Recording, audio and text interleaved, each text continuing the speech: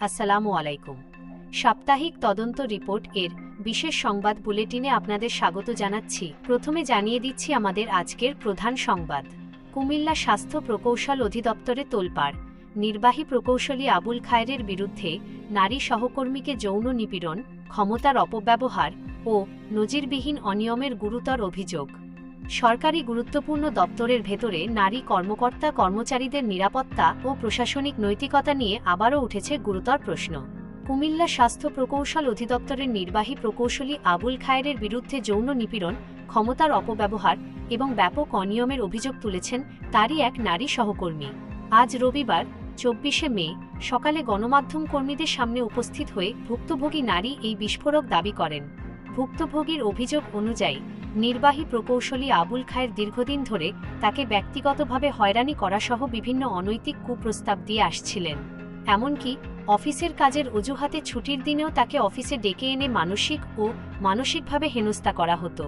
এসব কুপ্রস্তাবে সাড়া না দেওয়ায় ওই কর্মকর্তার চরম আক্রোশের শিকার হন তিনি। অভিযোগে আরও জানা যায়, উক্ত দপ্তরে নিয়মনীতির তোয়াক্কা না করে কোনো ধরনের বিজ্ঞপ্তি ছাড়াই বিভিন্ন প্রকল্পের লটারি কার্যক্রম পরিচালনা করা হতো। শুধু তাই নয়, সরকারি বিধিমালা লঙ্ঘন করে অফিস ভবনের তৃতীয় ও চতুর্থ তলা নিজের ব্যক্তিগত বাসা হিসেবে অবৈধভাবে ব্যবহার করে আসছিলেন অভিযুক্ত নির্বাহী প্রকৌশলী। ঘটনার চরম রূপ নেয় চলতি মাসের 21 তারিখে। ভুক্তভোগীর দাবি, সেদিন তাকে নির্বাহী প্রকৌশলীর কক্ষে ডেকে নিয়ে আরও 7 জন কর্মকর্তার উপস্থিতিতে প্রকাশ্যে চরম অপমান ও হেনস্থা করা হয়। এক পর্যায়ে নির্বাহী প্রকৌশলীর নির্দেশে এক স্টাফ তার 2 হাত চেপে ধরলে আবুল খায়ের তার শরীরের বিভিন্ন স্থানে স্পর্শ করে শ্লীলতাহানি করেন বলে অভিযোগ করেন ওই নারী। আমাকে যৌন নির্যাতন করেছেন নির্বাহী প্রকৌশলী আবুল খায়ের। আমি এর বিচার চাই।